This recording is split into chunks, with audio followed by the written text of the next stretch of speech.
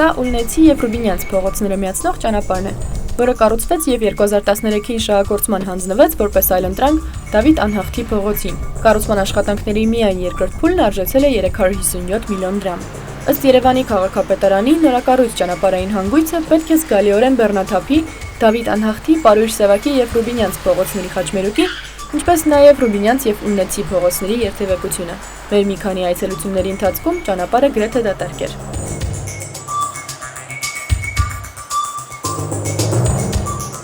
Երևանի քաղաքապետարանի 2013-ի ծրագրով հիմնանորոգվել է Երևանի 30 փողոց, որից գրեթե կեսը, 14-ը, կենտրոն վարչական շրջանում։ 30 փողոցից 12-ի շինաշխատանքների կատարման մրցույթներում հաղթել է Վահագն և Սամվել սահմանափակ պատասխանատվությամբ ընկերությունը։ Քաղաքապետարանի կողմից հայտարարվող շինարարական թանկարժեք տենդերներում հաղթում են նաև այլ ընկերություններ։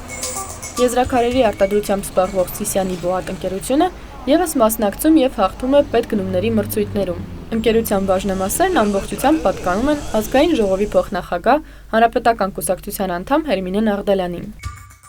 Նարիմանյան ՍՊԸ-ն և 2013-ին և 2014-ին մի քանի 100 միլիոն դրամանոց մրցույթներ է հաղթել փողոցներ ասֆալտապատելու համար։ Իրավաբանական անձանց պետական ռեգիստրում ընկերությունը գրանցված է Ադելինա Գրիգորյանի անվամբ։ Վերջինիս գրանցման վայրում գրանցված է նաև Արթուր Արստամյանը, որը հանդիսանում է շինարարություն բարեկարգում ՓԱԿ բաժնետիրական ընկերության տնօրենը և 2009-ին Հանրապետական կուսակցության ցուցակով առաջադրվել էր Երևանի ավագանու ընտրություններում։ Հանրապետական կուսակցության ընտրացուցակում առաջադրվողներից է նաև Աջափնյակում պարբերաբար շինարարական մրցույթներում հաղթող Արփյանի ընկերության հիմնադրի Սոլկա Բաղդասարյանի որդին։ Արմեն Սոլկայի Բաղդասարյանը ՀՀԿ-ի ցուցակով առաջադրված էր 2012 թվականի խորհրդարանական ընտրություններում։ Հետաքրքրական է, որ ընկերությունները աշխատանքների կատարման պայմանագրեր են կնքում առանց իմանալու, թե որ փողոցներում պետք է իրականացնեն աշխատանքները։ Քաղաքապետարանի հայտարարությունում միայն նշվում է, թե որքան տարածք պետք է ասֆալտապատվի։ Պայմանագրերով նախատեսված տեղեկությունները գրեթե անհնար է ստանալ Երևանի քաղաքապետարանից։